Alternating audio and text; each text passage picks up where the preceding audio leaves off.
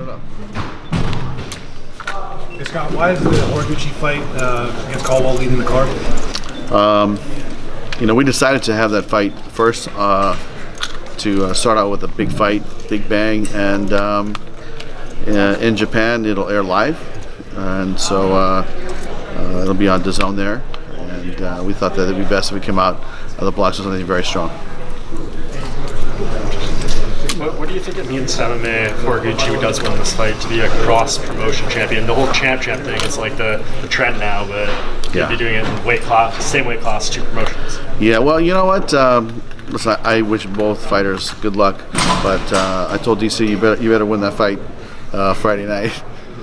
But no, in a serious note, it's like, these fights don't happen where the champ's fighting another champ in a real legitimate league like Bellator and Rising. So it's very rare that this opportunity happens. So if he wins, hey, congratulations. I mean, he proved that he is one of the greatest fighters in his weight class, and it's no easy task, because when DC went to Japan on New Year's Eve, he had a hard time in the ring, and Horiguchi was able to get out and throw some heavy blows. He's fast, he's explosive, he hits hard.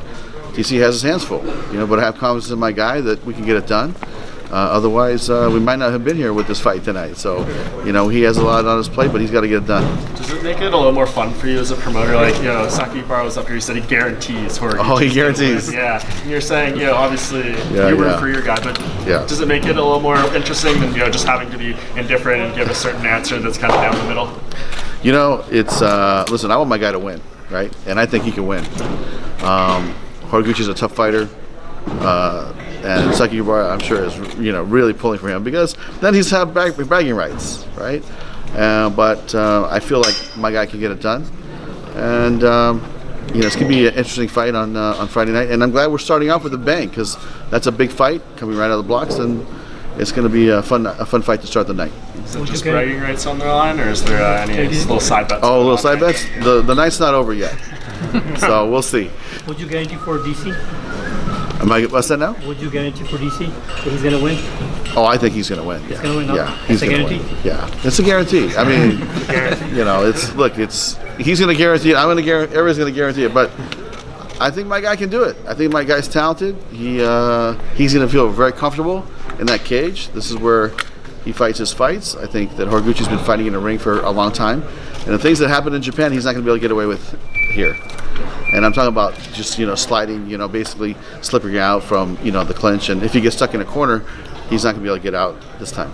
Maybe it doesn't apply completely to this fight, because Horiguchi has had a lot of experience fighting in the cage with the circular cage this time. But what's more difficult, do you think, for a fighter to adapt to? Someone who's used to the cage going to the ring, or someone who's used to the ring? Well, I think Horiguchi's had fights in the cage before, but it's been how long?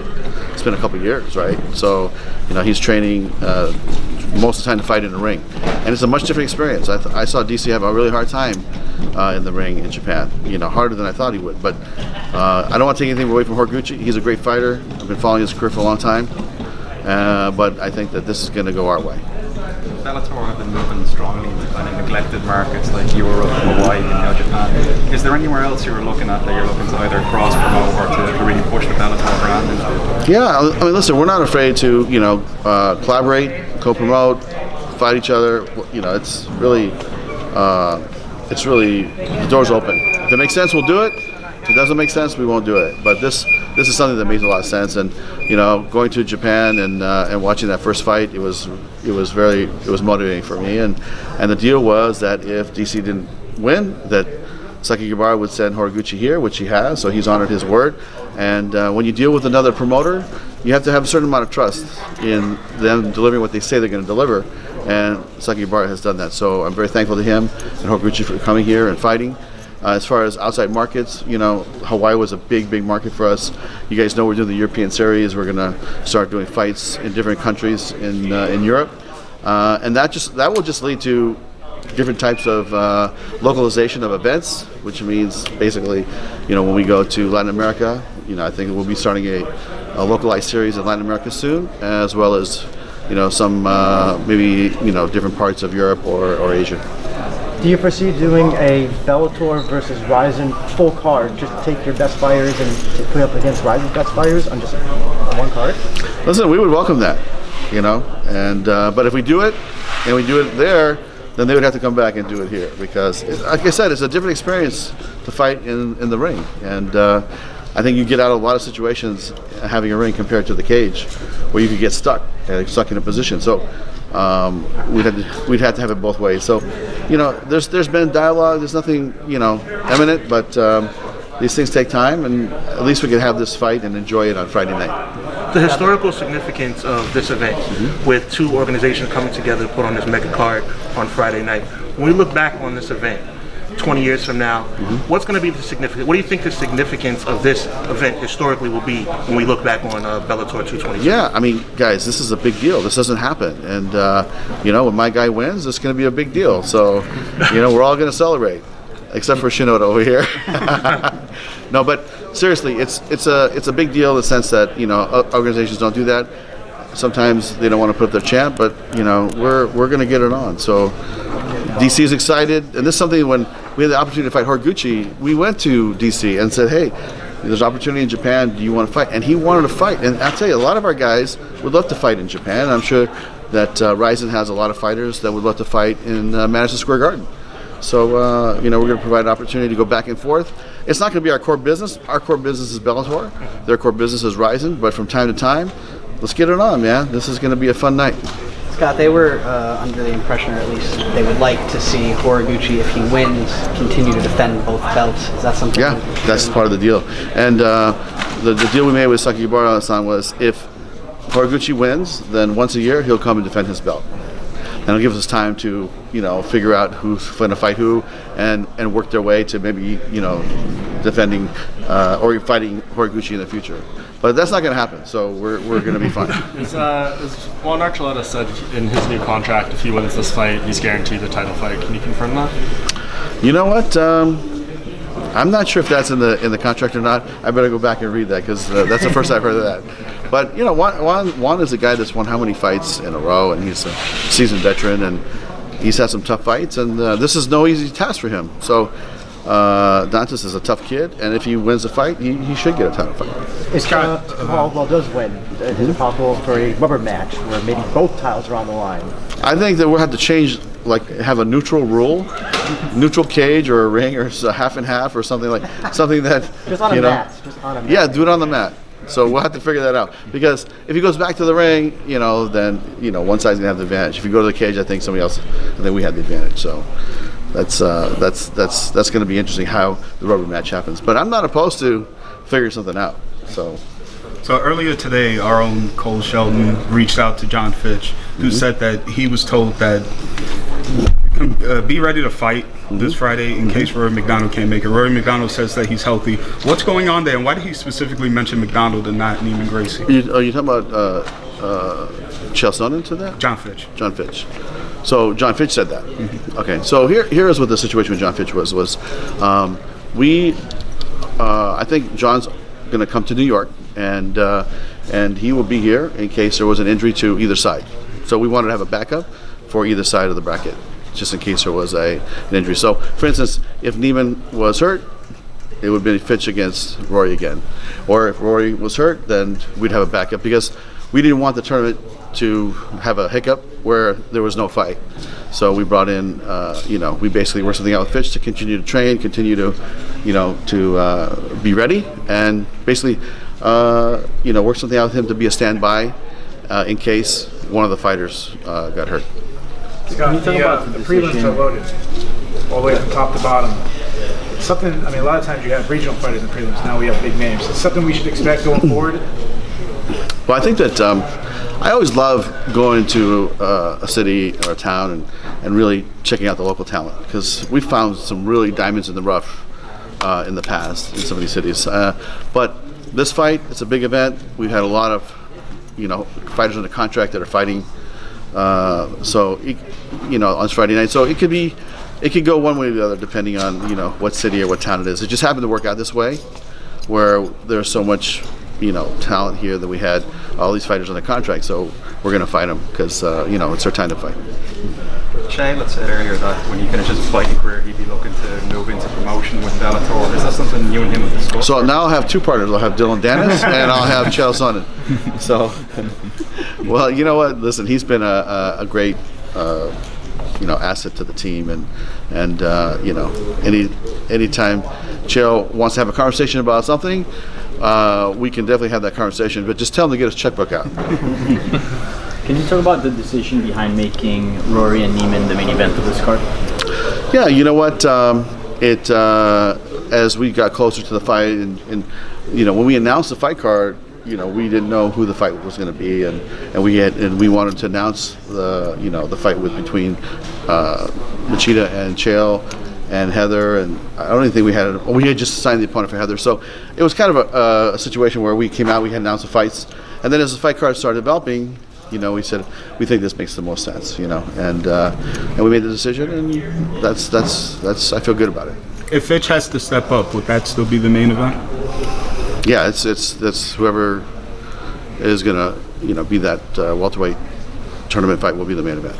Would Bellator be looking to do cross promotion deals with other companies outside of Rising?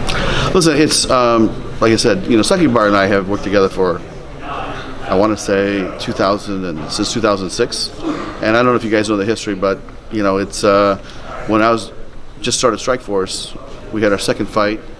And we didn't have a main event, so through my relationships at K1, they tracked down Saki Bar and asked him to help us, and he did. He sent over Vitor Belfort to fight Alistair Overeem, which he had both under contract at the time. And when Strikeforce grew up a little bit, we sent over Josh Thompson, Gilbert Melendez, and then we had this great relationship. They sent over Kyle Jury, they sent over Aoki, and then now that he's rebuilding his business. And we have a lot of guys under contract. We're able to help him out as well. So this has been a 13-year relationship where, he's helped us in the past. I'm inclined to help him. And there's a certain amount of trust between the promoters. And I think that's really important. Any fighters from Rising that you would like to, other fighters that you would like to bring over to Bellator? Or vice versa, send over to Rising? I'll tell you what, there was a fighter that fought King Mo. A couple of weeks ago, or a couple months ago. Yeah, I'd love to have him come over and fight one of our guys, and check it out. Speaking of King Mo, he retired from MMA. Can you just discuss a little bit what he's meant to this company? Not just this company, but to me personally, it's that's a guy that really is a class act and has done so much for Strikeforce and for Bellator and for himself too, but he's been such a great team member for us, and he's there's a certain part of me that I just really feel like he's part of the family. So we'll see when we try to work something out with him where we could have him go do some seminars for Bellator or do some wrestling clinics, that sort of thing. But we're definitely going to include him in our future plans. I just haven't had a chance to sit down and talk to him. I did call him when he retired, and it was a touching conversation. And I think that his future will be still with Bellator. Yeah, and he talked about how he doesn't want to hurt people anymore. That's one of the big reasons why he doesn't feel compelled to do this anymore. Mm-hmm. It's similar to what Rory MacDonald kind of said after the last fight. What do you make of just when fighters kind of turn that corner and they maybe have a certain internal realization about it? Yeah, that's an interesting question, because when a fighter reaches that realization and it's time to retire. Because not only are you striking someone's striking you, and you're in harm's way as well. So it's time to let it go, and let the young guys fight. Is the winner of the Machida Chael fight going to be fighting Bader in his 205 title defense? Ryan Bader will be fighting at heavyweight first, and he will be fighting Czech Congo. Do you know when sometime? I do, but I can't tell you. So we'll have something to announce soon. Maybe late summer, let's just put it that way. Yeah, to bring up your other double champ, Patricio Pitbull, he's still, poking at Michael Chandler. Really? He gets on social media telling him, I knocked you out, this and that. Boy. Do you have any idea what you want to do with him next? Well, as you guys know, we're starting our featherweight tournament, and we're going to invite him. Hopefully he'll want to come in. It's a big prize money at the end of the tournament. It'll be a 16-man tournament starting sometime in September. And I think that he'll end up in the tournament and fighting at 145. So him fighting Chandler is probably not in the horizon anytime soon. But we'll have other fighters for Michael to fight. Do you have any idea how you're going to do the draw for that 16-man tournament, or how when we'll hear who's all going to be in it? We actually have a really good plan, and we'll unveil it at some point. Friday. Yeah. Friday? Friday? Maybe not that soon. Right now. Scott, you've already proven that you're willing to put your champions against other organization champions, specifically Darren Caldwell. There's another champion in his weight class, Henry Cejudo, who called him out by name this week. Oh, really? Any chance? I mean, I know it's a miracle. Listen, you pick up the phone and call up Dana and say, let's do it. Listen, it's not their business model to do that, but if they want to get it on, then let's do it. We will not be opposed to that. Follow-up question. You love to bring in the biggest stars, the biggest names, the best fighters. Chris Cyborg mentioned this week she only has one fight left in the UFC. She won't test free agency. That's a huge name. Is that someone you want to bring in? Listen, I mean, if you're a free agent, give us a call, right? I mean, this is a Viacom-backed company, and we will take care of the fighters that move the needle for us. So, if she's free one day, please, give us a call. Just to follow up on that question, I just want to be clear. You're open to UFC versus Bellator? Absolutely. I mean, come on. We got some killers in this league, so if they want to get it on, let's do it. Thanks. What were the conversations like with Rory after his fight with Fitch? I know he said he didn't want to hurt people anymore. Was it tough to convince him to try to fight against Gracie heading into Friday? And you could probably ask him this directly, but my conversation with Rory the following Wednesday after the fight, he was back to fight mode and getting, ready to get back into gear. And I think that, it's a certain amount of emotion and just raw, your spirit's exposed when you get taken to the deep waters like he did against John Fitch. I mean, John Fitch pushed him, and I think Rory was just done, just spent. And I've seen it in boxing before where, fighters are not exposed, but they're just, they've been to that deep well and back, and it's, it's an emotional experience for him. And I think that's what happened to Rory. It's like he was speaking from the heart, and, he was depleted physically, emotionally, spiritually, but by the following Wednesday, he was ready to go. So I talked to him a couple times since then, and listen, he's all about fighting, and he wants to win the belt, he wants to win the prize money, and that's why he's here. So following on that question, you did talk to him personally that he won't be retiring after this tournament. That's what it indicates. Listen, I that's going to be something up to him. I have no idea. I never asked him that question. Yeah, I just said, are you ready? Do you want to continue? Because if you don't, we're going to put somebody else in, And it was really up to him, but he said, no, I want to do it, and, that's why he's here. Yeah, he did state that he's going to continue. Okay. There's a lot of crossover appeal between professional wrestling and MMA. How do you feel the progression of Jake Hager has been in his transition to Bellator? He's undefeated, obviously, but formerly the WWE champion, Jack Swagger, now Jake Hager. How do you feel he's done so far? Listen, I think he's done great. I mean, you put him in a situation where, he has to fight in a cage, and it's a real fight. Right. Somebody's trying to punch you, somebody's trying to, and you take him down. You do your submit. I mean, I think he submitted his last two opponents. I mean, that's a guy that's gone to school and really said, okay, I'm going to really try to learn MMA, and I respect that. I respect the fighters that if they have a great ground game, they learn how to strike. If they're a great striker, they learn how to do the ground game or wrestling. Like, it's like really, I feel like it's their job as an athlete to continue to try to improve, different aspects or different aspects of their game to become a complete MMA fighter. And so I think that's a situation. What I saw was a guy that wants to become a great MMA fighter, and it's going to take time. I mean, a lot of people give him a hard time, but I'm like, God, this guy's had one fight before his last fight. He has a lot of light on him because of who he is, but I'd say, hey, give the kid a break and let him develop, and then we'll see. Talk to me after he's had 10 fights, and then we'll have a real conversation. Thank you. Scott, if Chris Cyborg does call you and tell you she's interested in fighting in Bellator, do you have anybody in mind who she should fight? Well, I don't even want to go there because she's on a contract right now, and she fights for the UFC, and I think she's got a fight scheduled, and like I said, when she's a free agent, we'll have a conversation. Raymond Daniels has just joined the organisation as well, and Richard Kiley has called him now. Is it possible we might see that on the Dublin card in September? Oh, it's maybe. I mean, Raymond's not afraid to fight anybody, and I think that he had one of the most spectacular knockouts I've ever seen. And I think 40 million people watched that clip and saw the amount of athleticism he has. So we'll see. But we haven't matched him up yet. I think he's getting married, or he's got some other thing. I think he's getting married, and then we'll talk to him to fight in the fall. You didn't organize that match with him?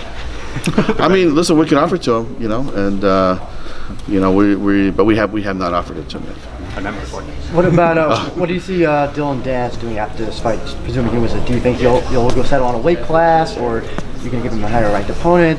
What do you perceive? Yeah, I mean, to me, he should fight opponents that are, better and better, and tougher and tougher, because that's how he's going to progress. So, let's see what happens, and then we'll take it from there. But he's another guy. A lot of heat on him, a lot of light shining on him, but he's only had a couple fights, or one fight or two fights. So it's, he's just beginning his MMA career, and I just think, a lot of people give him a hard time, but it's he really is just starting his journey in this fight business. Because on the opposite side, that Aaron Pico was fighting tough people as soon as he got into Bellator. Yep.